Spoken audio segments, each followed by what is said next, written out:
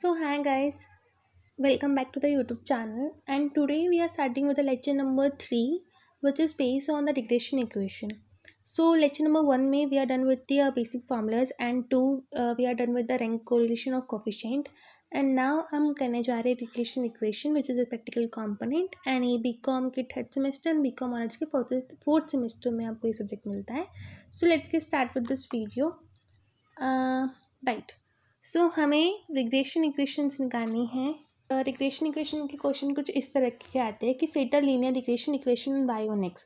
अब यहाँ पर जो रिग्रेशन इक्वेशन का हम लोग फॉर्मूला यूज़ करते हैं ना, वो नॉर्मल एक इक्वेशन वाला करते हैं, ना कि रिग्रेशन इक्वेशन कॉफिशिएंट वगैरह करते हैं. ठीक है, तो जैसे आपने रिग्रेशन मेथड पढ़े होंगे तो उसमें से नॉर्मल इक्वेशन वाला मेथड में यहाँ यूज़ करना है, और जिसकी सिंपल इक्वेशन क्या होती है, Y equals to A plus B x.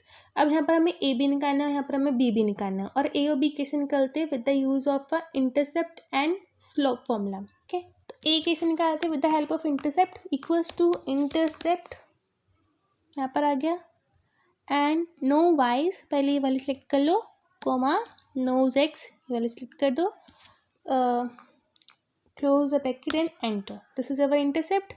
And B कैसे निकालेंगे, स्लोप से. Equals to slope bracket open, known Ys and knowns X. यहाँ पर हमारा ये हो गया, ए एंड बी निकल गए. अब अगर इक्वेशन की बात करें तो हमारी सिंपल सी इक्वेशन बन गई, वाई इक्वल्स टू ए हमारे पास क्या है, -0.05392 प्लस 0.3783 जो बी की वैल्यू है, एंड देन एक्स. अब यहाँ पर जो एक्स है वो यहाँ पर हमारे पास बहुत सारे एक्स दे रखे, अलग अलग एक्स पे अलग अलग वैल्यू निकालेंगे वाई की. ठीक है, तो यहाँ पर क्या करना है, सिंपल इक्वल्स टू ए की वैल्यू प्लस बी की वैल्यू इंटू ऑफ 70 एक्स की वैल्यू एंड एंटर. ये निकल गया. ऐसे ही हम सबके निकाल लेंगे फटाफट से. डन विद द इक्वेशंस, सबके निकाल लिए. ठीक है, अब यहाँ पर क्या था कि फर्स्ट पार्ट हो गया फिर linear equation on Y on X. Simple हमने ए की वैल्यू निकाली, बी की वैल्यू निकाली. अच्छा, यहाँ पर कैसे पता करें कि यहाँ पर फॉर्मूला कौन सा लगा रखा है, तो equals to formula text bracket open, references की दे दो, ब्रैकेट क्लोज. ये पता चलिए यहाँ पर इंटरसेप्ट का फॉर्मूला लगा रखा है, और नीचे कौन सा फॉर्मूला लगाया है, बी पे निकाला हमने स्लोप का. ठीक है, इंटरसेप्ट एंड स्लोप से ये आ गया. सिंपल इक्वेशन हमारी ये बन गई, जब हमने सिर्फ वैल्यू पुट कर दी. अब अलग अलग एक्स जो ये थे, इन एक्स को रखते हुए हमने इसकी इक्वेशंस की सीधा सीधा आंसर निकाल लिए.